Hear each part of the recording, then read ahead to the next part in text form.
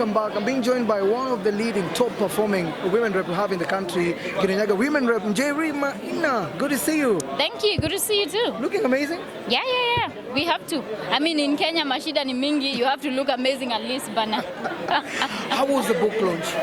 Amazing. And you know, Karua, for me, you know, first of all, she's from Kirinyaga. She's someone that I grew up looking up to and listening to and watching, and I am so much biased when it comes to her. I just love her. I just adore her because she has set the pace for what female leadership can be and should be in this country.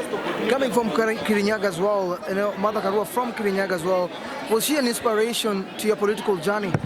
Oh yeah, she was, because I remember growing up, the women who were at the scene and in very powerful seats. Mother Karua was Minister for Justice at the time, and of course there was Kina Julio Jambo, Charity Ngilu, but Mother Karua was it for me. You know, there's just a way that she carried herself, the way she was confident, the way she, you know, just took up space.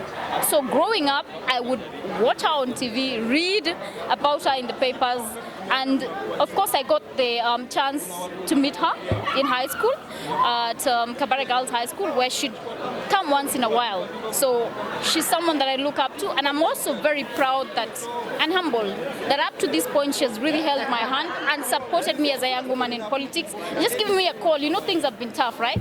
And just telling me that you have to take a stand, you have to stand for something, even when it's hard, even when it's rough, even when you're afraid, you really have to stand for something. Okay, I believe Mother Karua has inspired so many female, you know, leaders from Kirinyaga as well. Today we are here to witness against the, you know, the Tide launch by Mother Karua. You've been looking forward for this launch? Oh yeah, I cannot wait to read the book. I cannot imagine, because she's told me some of the stories, you know, when we have tea or dinner, and now I can't wait to read the book. I know it's going to be such a ride. It's going to be amazing. It's going to be fulfilling, and for me it's going to be a learning curve, because she says that you don't have to learn by yourself. If she has gone through something and I can learn it from her, then I don't have to go through the same uncomfortable experience for me to get to where I should be. A quick one, since we're talking about books, if your life was a book, title ingekuwa gani? Unapologetic. That would be on it. Period. Why? Like period, because I take a stand and I am extremely unapologetic about the stand I take, because I feel like we are here to live. We are here to just exert and leave our mark. So I mean, what are you doing if you cannot stand for something? Yeah. Tupige siasa kidogo, sio? Of course, just to take you back, previously Mother Karua, one of the interviews mentioned that she will be vying for presidential seat coming election 2027. Are you aware of that? Oh yeah, there's a time I think we had another function. I think it was a conference that she was doing here, and as a person who supports women, and I do not only support women, I support women who are worth backing. Mother Karua would definitely be a candidate to back, because she's earned it. She has proven that she is a leader who can lead Kenya to the next place that it needs to be in. Oh, wishing her all the best. Now, yesterday, you know, head of the state, Rift Valley, Mount Kenya leaders were at Embu. You were there, I believe so. But so many, you know, events turn around. Kenyans were divided. We see the reception of, you know, former Deputy President 𝗙𝗣𝗘𝗡𝗧𝗦 Gachagua entering and leaving. You know, at times when he was mentioned, we could see the ground is not shaken. You know, what can you say about yesterday's event at Embu? I think what I can say is that, first of all, you know, I also had muddy shoes. Like I was told, don't step on the carpet. So I told them, you know me, I'm used to walking barefoot. Like, I mean, I grew up without shoes. So basically telling me not to step on the red carpet is not a thing for me. It's not something that you can bully me with. And that was like just off the cuff remark, just a joke. What I can say is that our people, they do not come out to the streets to fight. You will not see them throwing stones, you will not see them burning things, but when the way they receive you, they speak their hearts. And Embu spoke for Mount Kenya. And there's no Mount Kenya East or West or whatever it is that, you know, the people who are planning politics of succession in 2027 were trying to do to divide Mount Kenya votes. The mountain is united.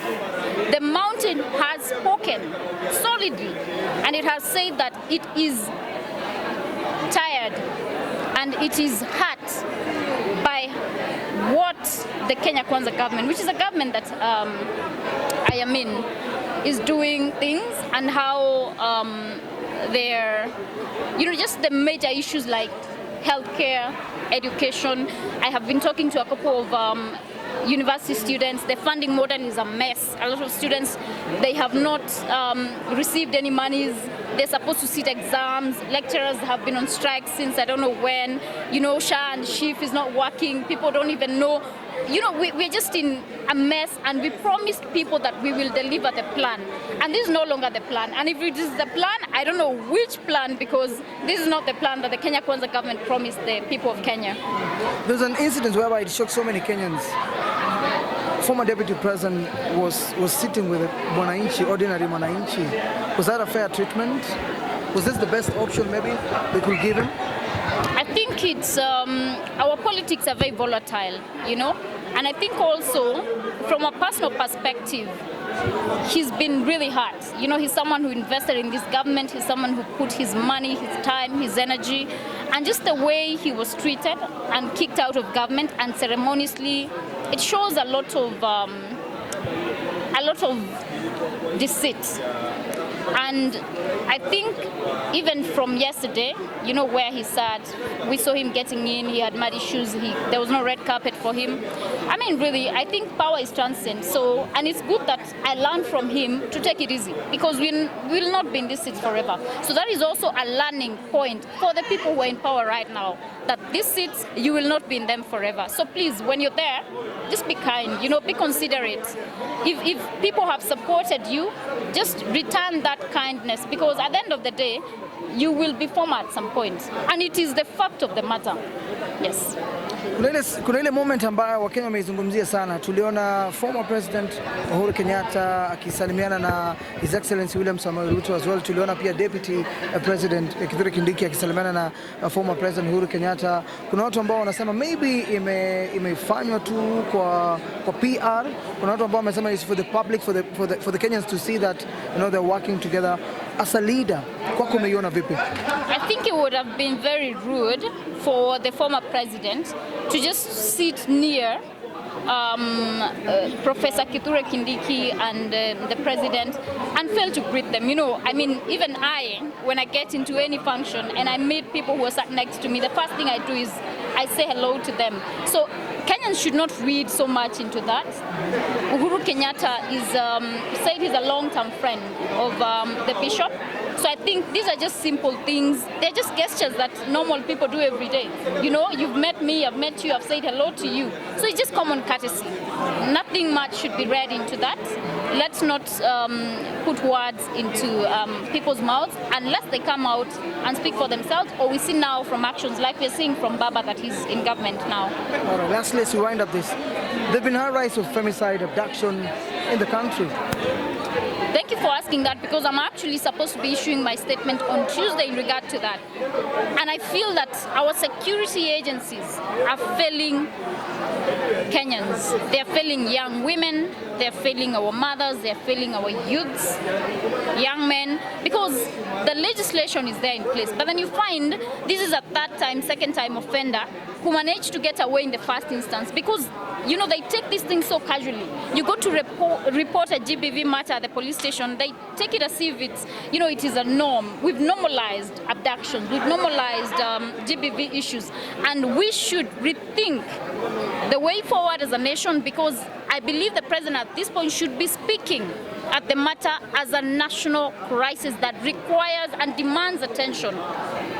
Yes. What do you suggest, given a chance today to advise His Excellency on the head of security in the country? I think what I would say is that we have a focus that is a round-table discussion. All agencies, the judiciary has to come on board. The Office of the Prosecution, who's the DPP, has to come on board. Our police officers have to be involved, that is Ministry of Interior. And also, as leaders at the local grassroots level, we have to be involved. So I think this is something that one entity cannot do by themselves. So what I would advise the president is, right now, if I were him, I'd be forming a task force to have a round-table discussion on the way forward, because this is a national crisis. National crisis. Thank you so much for your time. Did you saw Ahmed Nasser's tweet? Oh yeah, I saw it, and I mean, like what I've said, you know, you had the people of Embu, and Embu purportedly is supposed to be Mount Kenya East, you know?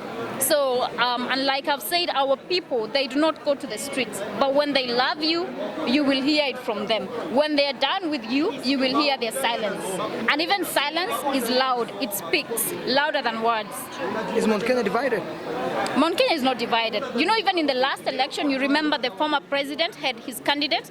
The people of Mount Kenya, for a very peculiar reason, and I think because of the past experiences during the Matiba Kibaki time, you know, and Moi, that time when they managed to divide the votes, I think they've learned, even when leaders are divided, the people of Mount Kenya vote solidly as a bloc. And I know that we'll be voting that in the direction we'll be taking in 2027.